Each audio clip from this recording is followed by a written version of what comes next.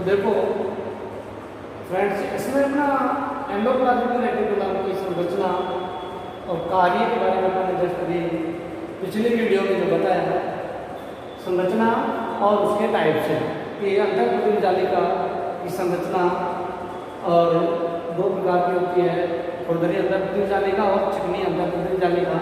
अब है उसके अंतःप्राचीर जालिका के कार्य, function of the reticulum, endoplasmic reticulum.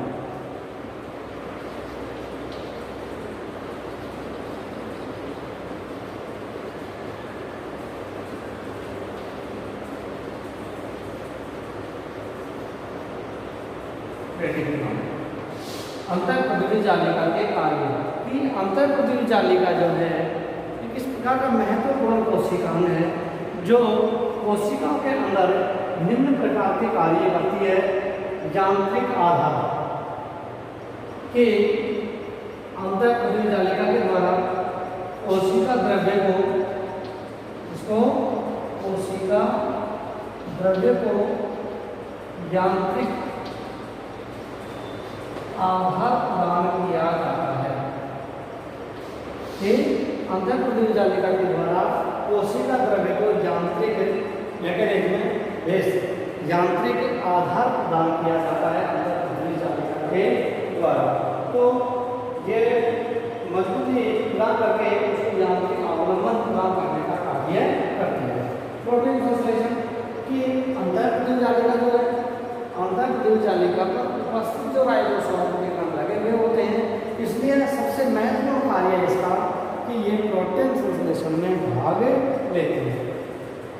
Next जो इसका तीसरा कार्य है वो है पदार्थों का आदान प्रदान कि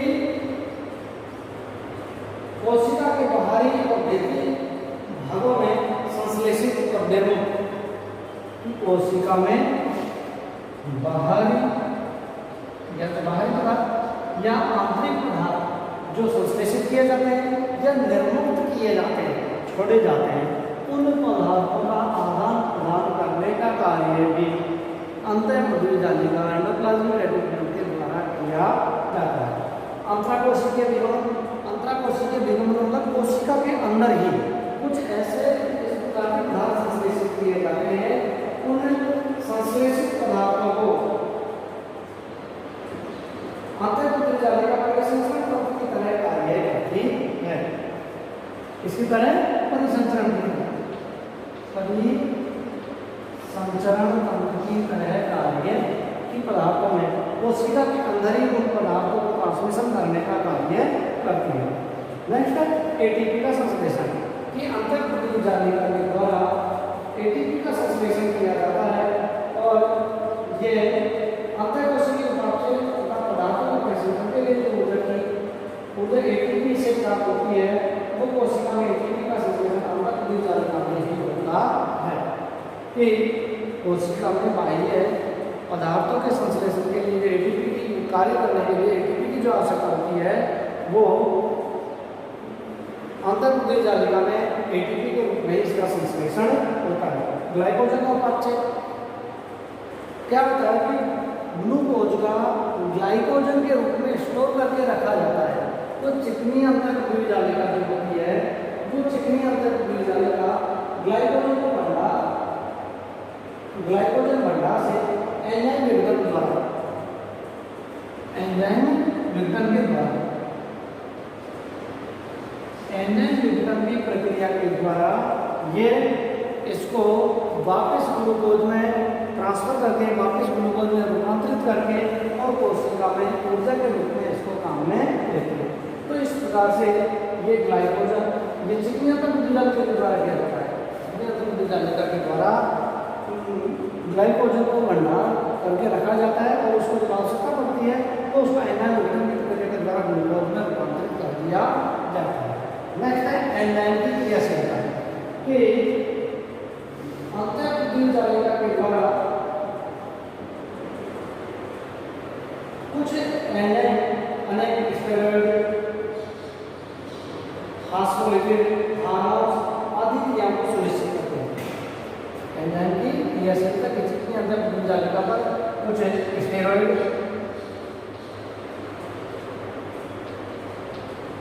અને कोलेस्ट्रॉल, फास्फोलिपिड, इस प्रकार के एंजाइमों की क्रियाशीलता में चिकनी अंतःपृष्ठीय जालिका अपनी महत्वपूर्ण भूमिका निभाती है। लिपोप्रोटीन का संश्लेषण कि अंतःपृष्ठीय जालिका के द्वारा चिकनी अंतःपृष्ठीय जालिका के द्वारा लिपिड का संश्लेषण होता है और उसे अंतःपृष्ठीय जालिका में प्रोटीन संश्लेषण होता है।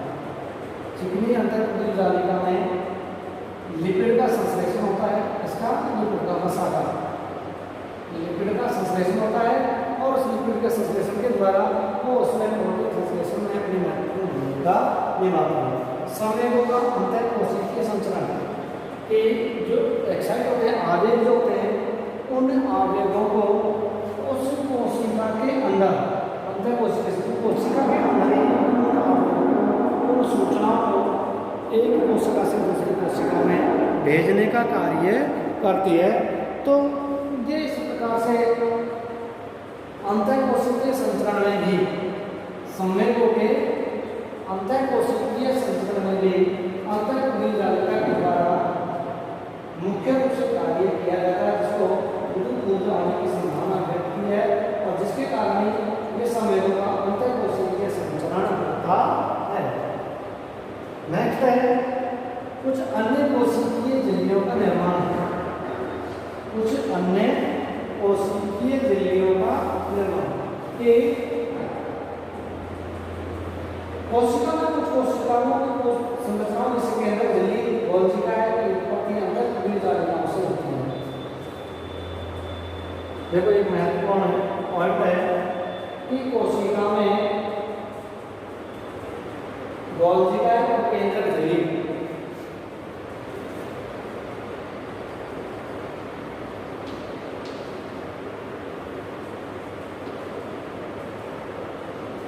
गोलजिकाएं और केंद्रक झिल्ली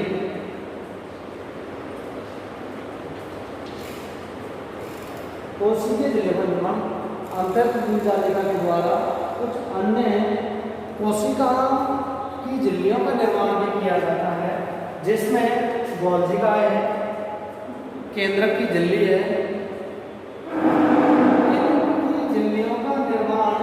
एंडोप्लाज्मिक रेटिकुलम के द्वारा ही किया जाता है, ER के द्वारा ही किया जाता है। तो इसमें जो कार्य है वो कोशिकीय झिल्लियों का निर्माण करना है कि अंतःपृष्ठीय जालिका के द्वारा कुछ गोलजिका है, केंद्रक झिल्ली है, इन झिल्लियों के निर्माण में भी अंतःपृष्ठीय जालिका की महत्वपूर्ण भूमिका निभाती है। आनुवंशिक संदेशों का अभिगमन कि अंतःपृष्ठीय जालिका के द्वारा आनुवंशिक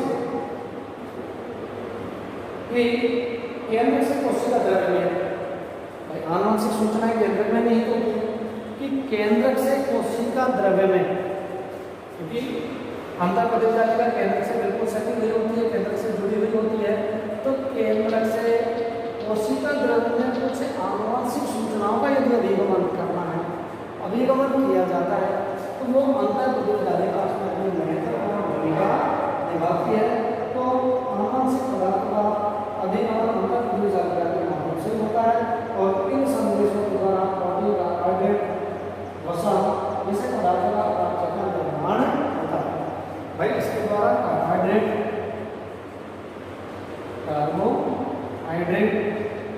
वसा, प्रोटीन, कार्बोहाइड्रेट, वसा, प्रोटीन आदि पदार्थों के अपचय का नियमन होता है। आदि पदार्थों के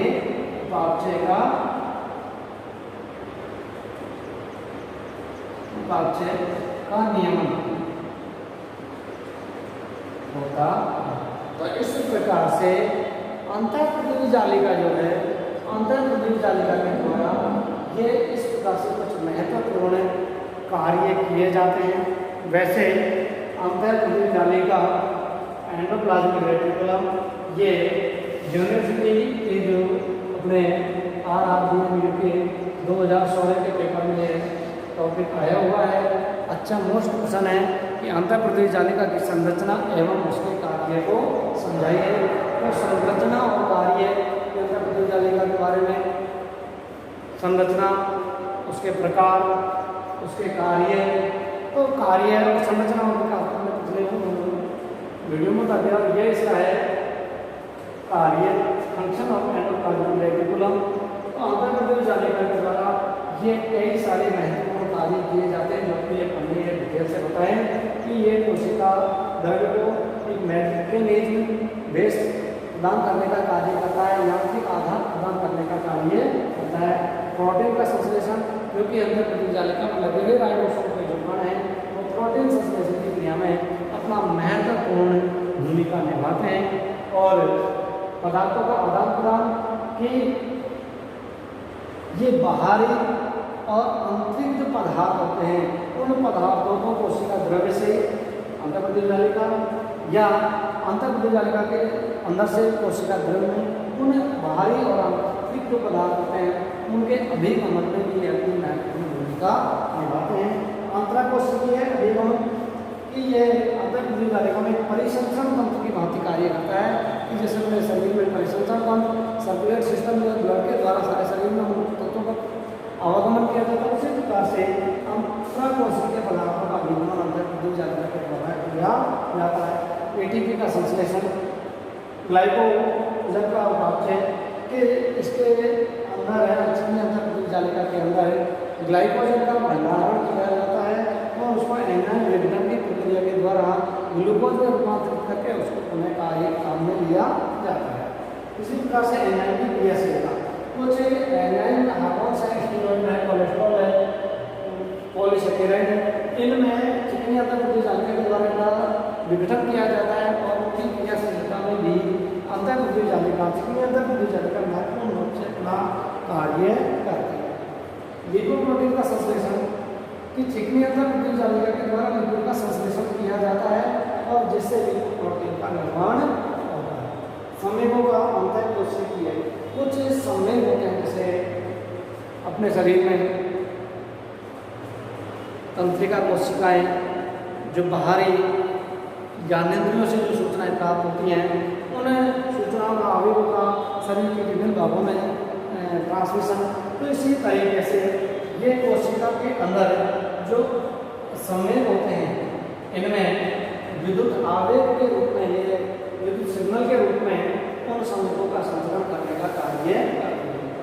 कोशिकीय झिल्लियों का निर्माण कि अंतर्गत जालिका के द्वारा गोलजिका है, केंद्रक झिल्ली आदि का निर्माण, ये झिल्लीनुमा संरचना होती है, इनकी झिल्लियों का निर्माण भी अंतर्गत जालिका के द्वारा ही किया जाता है। आनुवंशिक संदेशों का अभिगमन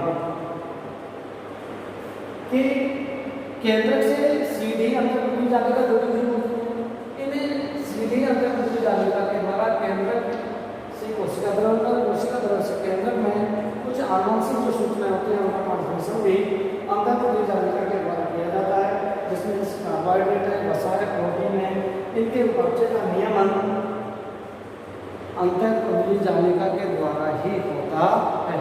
तो ये आज अपना चैप्टर ये जो समाप्त है प्रोकैरियोटिक कोशिकाओं की संरचना, इसको ये लंबा चैप्टर था, लंबी यूनिट थी और इसमें से लगभग 2 प्रश्न जरूर पूछे जाते हैं। तो इसको थोड़ा सा ध्यान रखना कि ये क्वेश्चन एक अच्छा पोस्ट था, ये क्वेश्चन आया हुआ है RRBNU यूनिवर्सिटी के अपने जो